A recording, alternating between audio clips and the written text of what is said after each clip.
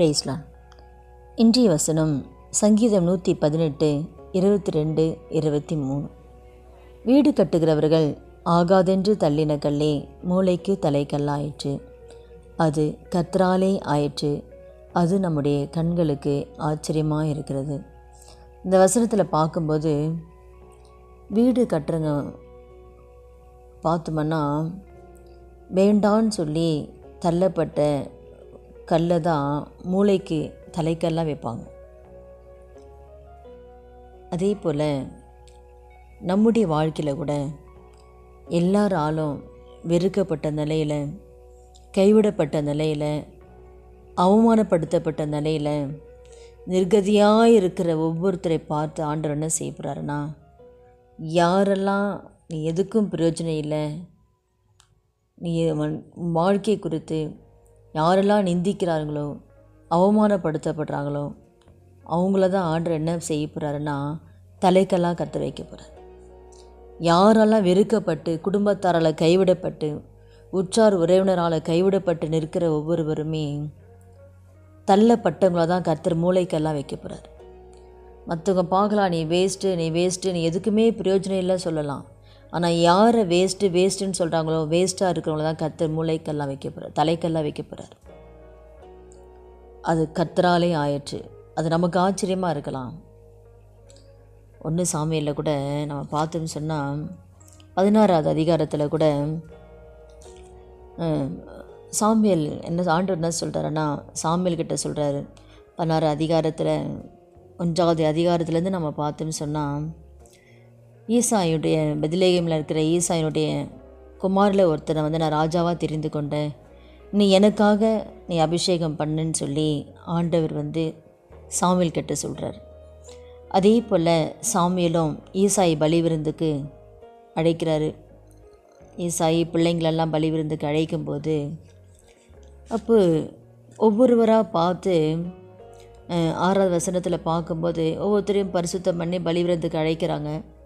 அப்போ முதல்ல எலியாப்பு வரும்போது அப்போ சாமுவேல் என்ன சொல்கிறாருன்னா, கர்த்தர் இவரை தான் அபிஷேகம் பண்ணுறாருன்னு சொல்லி சாமுவேல் நினைக்கிறாரு.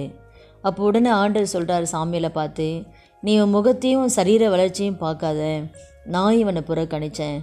மனுஷன் பார்க்குறப்படி நான் பார்க்க மாட்டேன், மனுஷன் முகத்தை தான் பார்ப்பார், ஆனால் நான் இருதயத்தை பார்க்குறேன்னு சொல்லி ஆண்டவர் சொல்கிறாரு. உடனே ஈசாய் அபினதாவை பிள்ளையை முன்னாடி கொண்டு வராரு. அப்போ ஆண்டவர் சொல்கிறாரு, இவனும் நான் தெரிஞ்சுக்கல அப்படின்றாரு. அப்போ பிள்ளைங்க ஒருவராக 7 பேரையும் கொண்டு வராரு, ஈசாய் கொண்டு வராரு. அப்போ யாரையுமே கர்த்தர் தெரிந்து கொள்ளலை.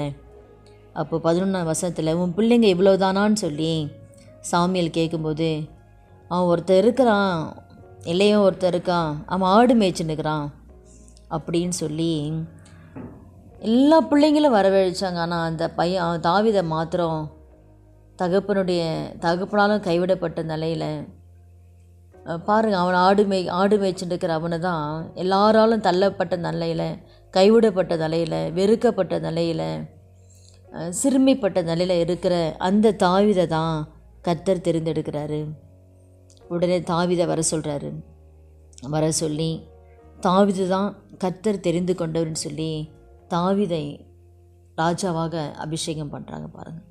அப்போ குடும்பத்தாரால் தாவீதை பார்த்தவன்னா எல்லாருமே கைவிடப்பட்ட நிலைமை தான். குடும்பத்துலேயும் அன்பில் எத்தனை பிள்ளைகளை கூட நிறுத்தின தகப்பனு ஒரு பிள்ளை ஒருத்தர் இருக்கான்னு கூட நினச்சி பார்க்கல பாருங்கள். தகப்பனுடைய அன்பும் இல்லை. தாவீது அவனுடைய வாழ்க்கையில் பார்த்தா அவன் குடும்பத்தில் எப்பவுமே அவன் தள்ளப்பட்டவனாக தான் இருந்தான். தாவீது எல்லாரும் சண்டைக்கு போனால் கூட தாவீதை மட்டும் அவன் அனுப்ப மாட்டான். அவன் ஆடு மேய்க்கிறதுக்குன்னே வச்சுருந்தார் அவங்க அப்பா.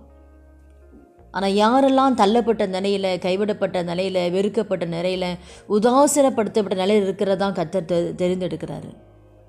இந்த நாளில் இந்த வார்த்தை கேட்குற ஒவ்வொருத்தர் வாழ்க்கையிலுமே உன்னை வேஸ்ட்டுன்னு சொல்கிறாங்களா? இந்த வார்த்தை கேட்குற வாலிப பிள்ளைங்களாக இருந்தாலும், இல்லை வேலை இல்லாமல் எல்லாராலும் அவமானப்பட்ட நிலையில் இருக்கிற யாராக இருந்தாலுமே உன்னை வேஸ்ட்டு, நீ எதுக்குமே பிரயோஜனம் இல்லை சொல்கிறாங்களா? கர்த்தர் உன்னை தான் தெரிந்தெடுக்கிறாரு. நீ எதுக்கும் பிரயோஜனம் இல்லை, நீ எதுக்கு லாய்க்கு இல்லை, உனக்கு படிக்க தகுதி இல்லை, வேலைக்கு போக உனக்கு தகுதி இல்லை, எதுவுமே உனக்கு பிரயோஜனம் இல்லைன்னு சொல்லி உன்னை வேஸ்ட்டுன்னு சொல்கிறவங்க மத்தியில் தான் கர்த்தர் உன்னை தான் உயர்த்த போகிறாரு. தாவீதை வேஸ்ட்டுன்னு சொல்லி தான் ஆடு மேய்க்க ஆரம்பிச்சிருந்தார் அவங்க அப்பா. ஆனால் வேஸ்ட்டாக இருந்த தாவீதை தான் கர்த்தர் ராஜாவாக உயர்த்துறாரு. எந்த நாளில் கூட குடும்பத்தாரால் நீ புறக்கணிக்கப்பட்டு இருக்கலாம், இனஜன பந்துகால் புறக்கணிக்கப்பட்டு இருக்கலாம், பெற்றோரால் நீ புறக்கணிக்கப்பட்டு இருக்கலாம், பெற்றோரால் சிறுமிப்பட்ட நல்ல இருக்கலாம், பெற்றோரால் ஒரு பாரபட்சம் பண்ண நிலைமையில் உன்னை வெறுக்கலாம், உன்னை ஒதுக்கலாம், நீ எதுக்குமே லாய்க்கு இல்லைன்னு சொல்லி பெற்றோரே உன்னை கேவலப்படுத்தலாம், உன்னை அவமானப்படுத்தலாம், உன்னை நிந்திக்கலாம். நீ நினைக்கலாம், நான் ஏன் வாழணும் அந்த உலகத்தில், நான் எதுக்காக வாழணும், நான் வாழ்ந்து ஒரு பிரயோஜனம் இல்லையே, என் வாழ்க்கையில் ஒரு உயர்வு இல்லையே, படிக்கணும்னு நினச்சா படிப்பு வரலையே, என் வாழ்க்கையில் ஒரு ஆசீர்வாதத்தை என்னால் பெற்றுக்கொள்ள முடியலையே, எல்லாமே தோல்வியாக இருக்கே, எத்தனை தடவை எக்ஸாம் எழுதினாலும் தோல்வி, வேலை தேடுறேன் வேலை கிடைக்கல, எல்லா பக்கமும் என் வாழ்க்கை தோல்வியாக இருக்கேன், நான் ஏன் இந்த உலகத்தில் வாழணும்னு சொல்லி அங்கலாய்க்கிற ஒவ்வொருத்தரை பார்த்து தான் ஆண்டவர் சொல்கிறாரு, எல்லாராலும் நீ வெறுத்து ஒதுக்கப்பட்டியா, எல்லாராலும் வேஸ்ட்டுன்னு சொல்கிறாங்களா, உன்னை தான் நான் உயர்த்த போகிறேன், உன்னை தான் நான் மேன்மைப்படுத்த போகிறேன்.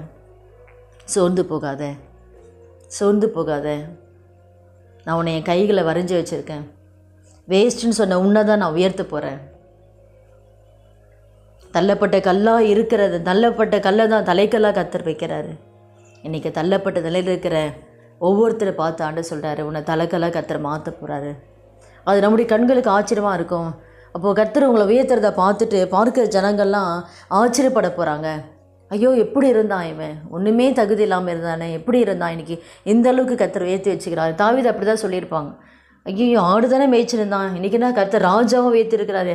எல்லாரும் கூட பிறந்தவங்கெல்லாம் ஆச்சரியப்பட்டிருப்பாங்க. தகப்பனே நினச்சிப்பா, ஐயோ நம்ம இவன் லாய்க்கு இல்லை, ஆடு மேய்க்குதான் லாய்க்குன்னு சொல்லி இவனை ஒதுக்கி வச்சோமே, இன்றைக்கி கர்த்தர் இவனதுன்னு தெரிஞ்சவங்க அப்பா நினச்சிருப்பார், கூட பிறந்தவங்களாம் நினச்சிருப்பாங்க. இவனை அப்பமா நினச்சோமே, கூட பிறந்தவங்களாம் நினச்சிருப்பாங்க. அப்போ கூட பிறந்தவங்கெல்லாம் ஆச்சரியப்படுவாங்க, தகப்பன் எல்லாரும் ஆச்சரியப்படுவாங்க. படுற அளவுக்கு கர்த்தர் தாவீதை உயர்த்தினார். அதே போல் தான் இந்த நாளில் கூட சொந்தக்காரங்கெல்லாம், என்னடா நீ இன்னும் ஒரு படிப்பு இல்லை, ஒரு வேலை இல்லை, ஒரு இதே இல்லை, இப்படியே இருக்கிறேன்னு சொல்லி எல்லாராலுமே சொந்த ஜனங்கள்லாம் எல்லாம் நல்ல நிலைமை இருப்பாங்க. ஆனால் வாழ்க்கை மட்டும் அப்படியே இருக்கும், தோல்வி மேலே தோல்வி, எது எடுத்தாலும் தோல்வி, எங்கே போனாலும் எதுவும் நடக்கலை. எவ்வளோ தடவை வேலைக்கு போனேன், வேலை கிடைக்கல, படிக்கணும்னு நினச்சா படிப்பு வரல, என்ன செய்யுதுன்னே தெரியலன்னு சொல்லி எல்லாரும் பார்த்து வேஸ்ட்டுன்னு, எதுக்கு லாய்க்கில்லை, யாரெல்லாம் உன்னை அவமானப்படுத்தினாங்களோ சொந்தக்காரங்க எல்லாரும் நல்ல நிலைமை வந்திருப்பாங்க, உன்னை பார்த்து எல்லாம் அற்பமாக நினச்சிருப்பாங்க.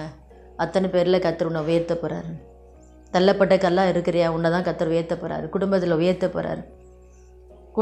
கூட பிறந்தவங்கள ஃப்ரெண்ட்ஸுங்க மத்தியில் கர்த்தர் உன்னை உயர்த்தி மேன்மைப்படுத்த போகிறார். அது யார் செய்து தெரியுமா? கர்த்தர் தான் செய்ய போகிறார். அது யாரால் ஆகும்? கர்த்தரால் மட்டும்தான் ஆகும். அது நம்முடைய கண்களுக்கு, பார்க்குற கண்களுக்கு ஆச்சரியமாக இருக்கும். இந்த வார்த்தையை கேட்குற இந்த மாதத்தில் இந்த வார்த்தை கேட்குற ஒவ்வொருத்தர் வாழ்க்கையிலுமே நிச்சயமாகவே தாவீதை ராஜாவை உயர்த்தின தேவன் இந்த வார்த்தை கேட்குற ஒவ்வொருத்தர் வாழ்க்கையிலும் கர்த்தர் இந்த புதிய மாதத்தில் ஒரு உயர்வை கட்டளிட போகிறார், மேன்மைப்படுத்த போகிறார். இந்த வார்த்தைக்காக நம்ம ஜெபிக்கலாம். துதிகள் மத்தியில் வாசம் செய்கிற நல்ல தகப்பனே, இயேசுவின் நாமத்தில் இந்த சமூகத்தில் வருகிற ஆண்டவர், இந்த நாளில் கர்த்தர் அந்த வார்த்தை கேட்குற ஒவ்வொருத்தர் வாழ்க்கையில் ஆண்டவரே, யாரெல்லாம் தள்ளப்பட்ட நிலையில், நொறுக்கப்பட்ட நிலையில், உடைக்கப்பட்ட நிலையில், அவமானப்படுத்தப்பட்ட நிலையில், சிறுமிப்பட்ட நிலைமையில் யாரெல்லாம் இருக்கிறார்களோ ஆண்டவரை, மற்றவர்களால் புறக்கணிக்கப்பட்டு எதுக்குமே பிரயோஜனம் இல்லைன்னு சொல்லி யாரெல்லாம் வேதனைப்படுத்தலாம் அவங்களுக்கு மத்தியில் கர்த்தாவே ஒவ்வொருவரையும் தேவன் உயர்த்தும்படியாக ஜெபிக்கிற ஆண்டவரே, ஒவ்வொருவரை உயர்த்துங்க, ஒவ்வொருத்தரும் மேன்மைப்படுத்துங்க ஆண்டு. எல்லாவற்றிலையும் ஆண்டவரை, அப்பா படிப்புலையும் வேலையிலையும் கத்தா எல்லா ஸ்தானத்திலையும் கர்த்தர் உயர்த்தி ஆண்டவரை ஒவ்வொருத்தரையும் தலைக்கல்லாய் மாற்றும்படியாக ஜெபிக்கிற ராஜா. ஆவியானவர் தள்ளப்பட்ட கல்லை எப்படி இந்த தலைக்கல்லாய் மாற்றினீங்களோ ஆண்டவர், அதே போல் தள்ளப்பட்டு இருக்கிற ஒவ்வொருவரையும் நீங்கள் தலைக்கல்லாய் கர்த்தர் மாற்றி உயர்த்தி மேன்மைப்படுத்தி ஆண்டவரே ஒவ்வொரு நீங்கள் சாட்சியாக நிறுத்தும்படியாக ஜெபிக்கிறோம் ஆண்டவரே. இந்த புதிய மாதத்தை காண்கிற ஒவ்வொருவரையும் ஆண்டவரே ஆவியாண்ட கருத்தில் ஒப்பு கொடுக்கிற ஆண்டவரே, அப்பாமை துதிக்கிற ஒவ்வொரு குடும்பங்களையும் தேவ இந்த புதிய மாதத்தில் கர்த்தருடைய ஆசீர்வாதம் ஒவ்வொரு பரலோகத்தை இறங்கட்டும் ஆண்டவரே. ஒவ்வொரு குடும்பத்தில் ஆண்டவரே அப்பா மாதம் அவங்களுக்கு சந்தோஷத்தின் மாதமாய், சமாதானத்தின் மாதமாய், ஆசீர்வாதத்தின் மாதமாய் கர்த்தர் இந்த மாதத்தை ஆசீர்வதித்து தாங்கப்பா. இந்த மாதத்தில் ஒரு குறைவு வரக்கூடாதப்பா. இந்த மாதத்தில் பிறந்த நாளை காண்கிற ஒவ்வொரு பிள்ளைகளை ஆவியாண்ட கரத்தில் ஒப்பு கொடுக்க, திரும்ப நாளை காண்கிற ஒவ்வொருடைய கரத்தில் ஒப்பு கொடுக்குறப்பா. அந்த வருடம் ஒவ்வொருக்கும் ஆசீர்வாதத்தின் வருடமாய், சந்தோஷத்தின் வருடமாய் ஆண்டவரே அப்பாமே துதைக்கிற ராஜா.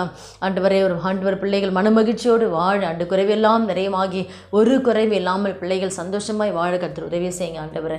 அப்படியே நீங்கள் செய்ய போகிற தயவுக்காக நன்றி செலுத்துகிறோம், நன்றி செலுத்துகிறோம், நன்றி செலுத்துகிறோம் அப்பா. நம்முடைய கரத்தில் தாழ்த்தி ஒப்பு கொடுக்குறோம். நீரே பொறுப்பெடுத்துக் கொள்ளுங்கப்பா. அப்படி நீங்கள் செய்வதற்கு நன்றி. இயேசு நாமத்தில் பிதாவே, ஆமீன். கர்த்தர் நாமத்துக்கு மகிமை உண்டாகட்டும்.